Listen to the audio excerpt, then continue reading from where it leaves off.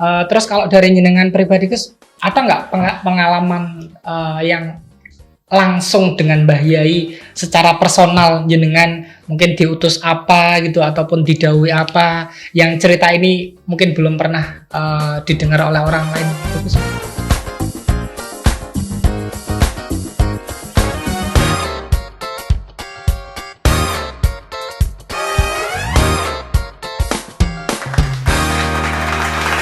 Assalamualaikum warahmatullahi wabarakatuh. Para pemirsa, sahabat Rijal Ansor dimanapun Anda berada, senang sekali pada kesempatan hari ini kita kedatangan tamu istimewa, tamu yang luar biasa. Ada Gus Ahmad Kaffa, Sugeng Rawuh Gus. Sami-sami. Sehat nih Gus? Sehat, Mas Hanif. Alhamdulillah. Gus Ahmad Kaffa ini salah satu Gus yang fenomenal. Fenomenalnya gimana? Di hari pernikahannya itu ditetapkan sebagai hari patah hati internasional. Nggih, Gus Ahmad Kaffa selain ganteng, beliau juga kedalaman ilmunya luar biasa, dan di hari ini akan berbagi cerita pada kita.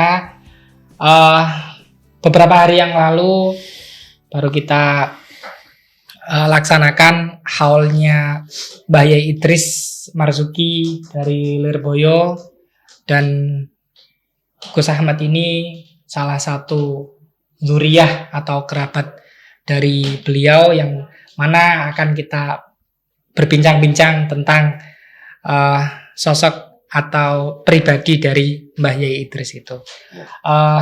Gus, kalau dari yang jenengan pernah bersosialisasi atau dengan Mbah Yai Idris menika, gambaran pribadi beliau menurut jenengan seperti apa, Gus?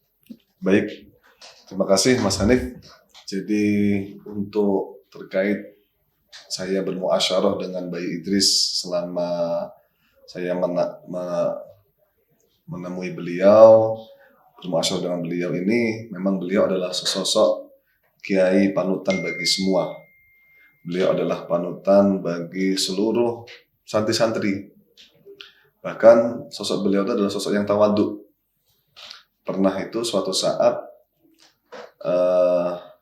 beliau ini ketika waktu itu mengisi di acara Muhafadzah Akhir Sanah, kebetulan saya termasuk dari bagian pesertanya. Akhir Sanah itu saya insya Allah imriti. Itu beliau ketika dalam mau'idhahnya memang sangat luar biasa. Beliau mengistilahkan kepada teman-teman santri itu, beliau dengan kata-kata teman-teman saya. Itu adalah salah satu bentuk tawadhu yang beliau contohkan kepada kita-kita. Lalu dari sosok Mbah Yai Idris, tentunya beliau adalah orang yang sangat luar biasa. Beliau bertanggung jawab di sisi apapun, baik dalam segi merawat pondok, khidmah teng pondok, khidmah ke masyarakat, khidmah ke semuanya, beliau mengoptimalkan sebaik mungkin. Beliau fokus pada di pondok juga maksimal, untuk di dunia luar juga maksimal. Jadi intinya beliau itu adalah orang yang sangat bertanggung jawab, sosok yang bertanggung jawab, tidak hanya untuk kalangan pondok, tapi untuk kalangan luar juga luar biasa. Semacam itu. Oke. Yang paling sering saya dengar itu Gus, memang sifat tawaduknya Mbah Yai itu bukan cuma terhadap kalau tawaduk, saya pernah mendapat cerita. Jadi dulu itu ketika ayah saya sedang naik mobil, delalah di belakang itu ada mobilnya Mbah Idris.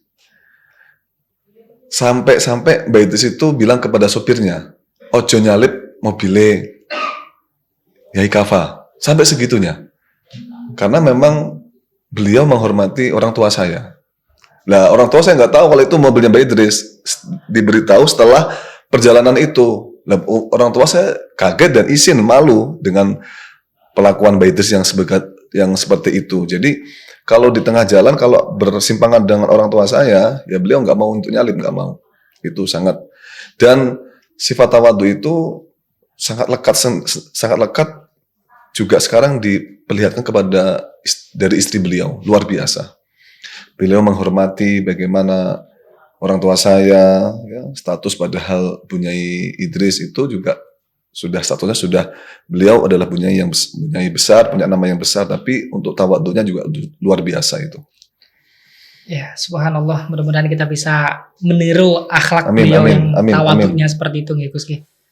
Terus kalau dari jenengan pribadi Gus, ada nggak pengalaman yang langsung dengan Mbah Yai secara personal, jenengan mungkin diutus apa gitu ataupun didhawuhi apa yang cerita ini mungkin belum pernah didengar oleh orang lain gitu Gus? Sebenarnya kalau untuk bertemu langsung, saya pernah waktu itu sowan kepada beliau. Saya pernah sowan waktu itu untuk persiapan sebuah acara.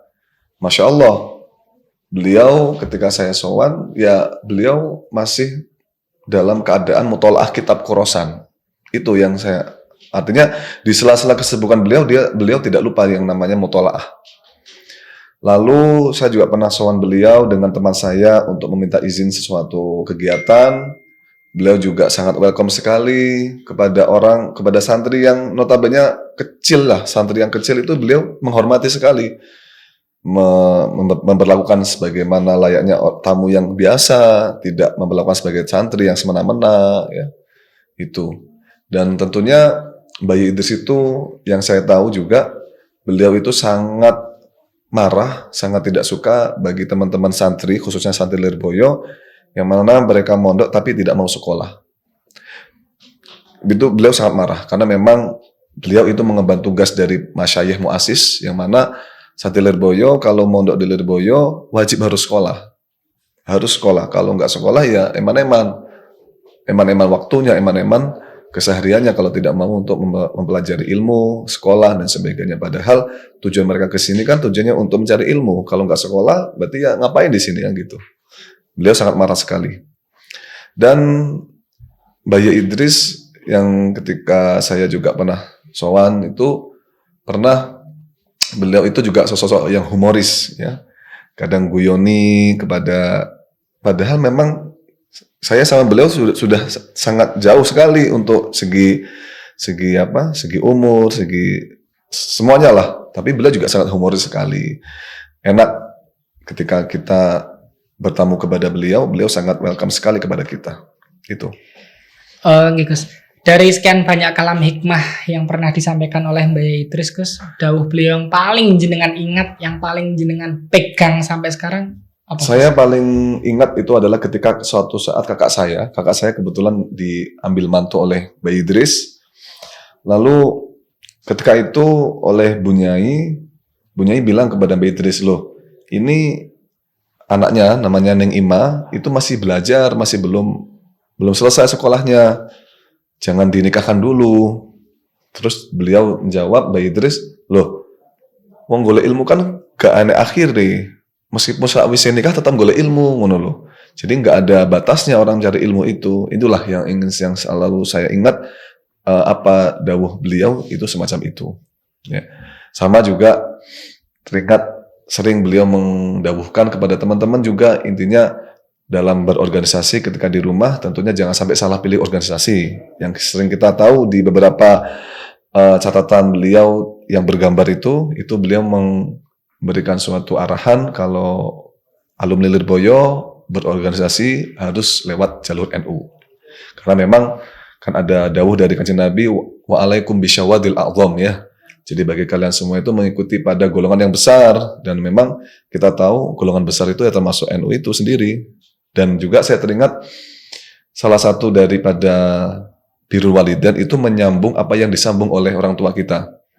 Orang tua kita dulu menyambung kita dengan Mbah Hasyim Asy'ari. Maka statusnya ketika kita menjadi generasi-generasi milenial, generasi-generasi mendatang, maka kita hendaknya juga menyambung apa yang disambung oleh orang tua kita. Seandainya kita memutus jalur itu, kita memilih pada organisasi yang lain, berarti kita sudah tidak birrul walidain. Nah, semacam itu. Saya sangat terharu, saya sangat terenyuh dengan apa yang disampaikan terkait ketawaduan beliau maupun kalam hikmahnya beliau. Saya rasa bukan cuma saya yang kehilangan, bukan cuma keluarga dan santri, tapi juga mayoritas umat Islam, terutama warga Nahdien dimanapun berada. Dan mudah-mudahan kita bisa Jadi meniru. satu lagi ya, Mas Hanif, yang saya tahu terkait Bayi Idris, ketika sepeninggal beliau, ya, memang waktu hari susahnya itu, ya Yaumul Hazannya itu memang luar biasa, geger di mana-mana. Ya, nyuwun saya waktu itu saya sedang tidak ada di Indonesia waktu itu, saya berada di luar, dan memang setelah beliau meninggal, yang dirasakan oleh beberapa kiai-kiai yang ada, termasuk kiai seluruh Jawa Timur, itu ketika mengadakan sebuah halaqah, sebuah kumpulan itu kayak hambar rasanya. Karena memang haibah daripada Bayi Idris, almarhum Bayi Idris itu sangat luar biasa. Meskipun beliau itu hanya datang, mungkin hanya cuma sekedar doa, datang, hadir, doa saja, tidak ikut berpendapat, tapi sisi bobot daripada perkumpulan itu sangat-sangat berpengaruh. Jadi bobot perkumpulan itu ada dan tidaknya Bayi Idris itu berpengaruh sekali. Meskipun notabene Bayi Idris itu hanya duduk saja, nanti juga akhir doa. Padahal kalau segi zahir itu sama saja. Beliau kan nggak ikut mungkin nggak ikut dawuh, tapi sisi bobot dan segi kualitas perkumpulan itu sudah beda antara ada Bayi Idris sama tidaknya. Jadi sempat beberapa bulan itu sempat kolaps. Jadi bahkan di kalangan Suriah sendiri kehilangan sosok beliau itu sangat down sekali. Tapi di lain waktu alhamdulillah dari barokah beliau, dari barokah Bayi Idris, ini Lirboyo semakin jaya, alhamdulillah.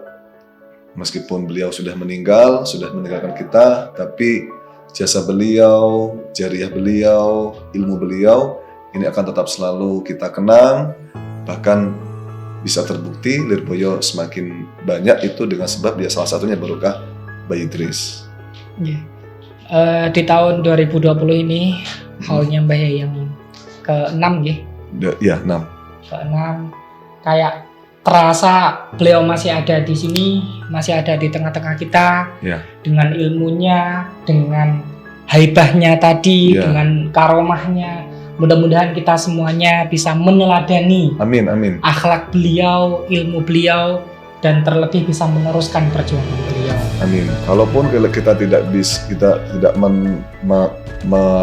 menjumpai masa beliau hidup, minimal kita bisa mensuri tauladani apa yang beliau amalkan, apa yang beliau jalankan, keistiqomahan beliau, dan tentunya agar kita bisa satu masa dengan beliau, ya caranya apa? Kita tawasul kepada beliau, ziarah ke makbarah beliau. Demikian tadi penuturan tentang biografi atau perjalanan dari Gus Ahmad Kaffa terkait sosok Bayi Idris Marzuki, salah satu pengasuh Pondok Pesantren Lirboyo yang jasanya sebegitu banyaknya bisa dirasakan sampai sekarang. Mudah-mudahan kita semuanya diakui santri oleh beliau. Amin. Kita sambung di lain kesempatan, para pemirsa dan sahabat Rijal Ansor dimanapun berada. Terima kasih Gus Ahmad Kaffa. Sami-sami. Terima kasih para pemirsa. Wabillahi taufiq wal hidayah wa ridwan minallah. Wassalamualaikum warahmatullahi wabarakatuh. Waalaikumsalam warahmatullahi wabarakatuh.